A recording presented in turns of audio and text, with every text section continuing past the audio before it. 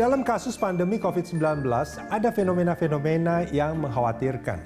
Setelah orang tanpa gejala alias OTG yang bisa menularkan virus corona tanpa disadari, ada lagi yang namanya happy hypoxia yang bisa menyebabkan kematian mendadak pada pasien COVID-19. Menurut dokter spesialis paru Rumah Sakit Persahabatan Erlang Samudro, penumpulan sensor di otak membuat penderita tidak menyadari berkurangnya saturasi oksigen dalam kandungan darahnya, serta peradangan dalam paru-paru.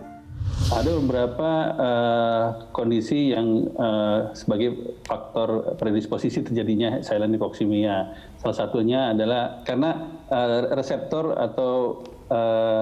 yang men-trigger sebagai sesak napas karena kekurangan oksigen itu bisa terjadi penumpulan.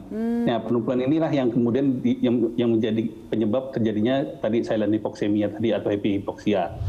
Anggota Satgas COVID-19 Ikatan Dokter Indonesia, Dr. Erlina Burhan menyebut, happy hypoxia adalah kondisi seseorang yang kekurangan oksigen dalam darah dalam jumlah yang membahayakan, tapi masih terlihat seperti orang normal, sehingga mengganggu perputaran oksigen yang dibutuhkan tubuh.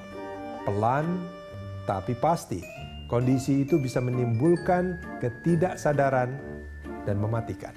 Orang merasa, oh dia masih bagus, masih bisa telepon-teleponan dengan orang lain, bahkan sambil, makanya dikatakan happy hypoxia, pasiennya masih nonton TV, masih senyum-senyum gitu ya, tapi saturasinya rendah. Nah ini apa yang membuat akan jadi masalah adalah penurunan klinisnya akan cepat, perburukan cepat terjadi, bahkan kemudian meninggal dengan cepat.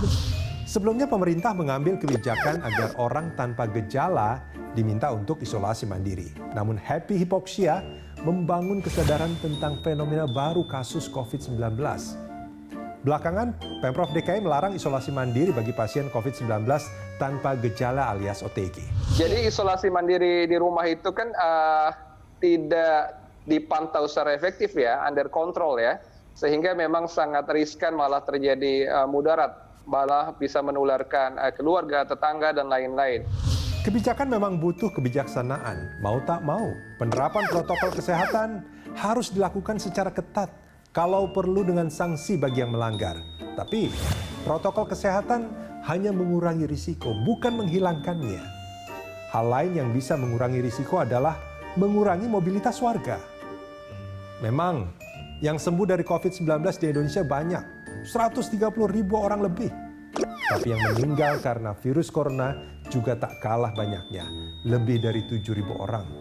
Yang membuatnya semakin berbahaya, ketika tak disadari, ternyata mereka yang terinfeksi mengalami happy hypoxia. Jika tak segera tertangani, fatal akibatnya. Tak ada cara lain, perketat protokol kesehatan dan kurangi mobilitas warga.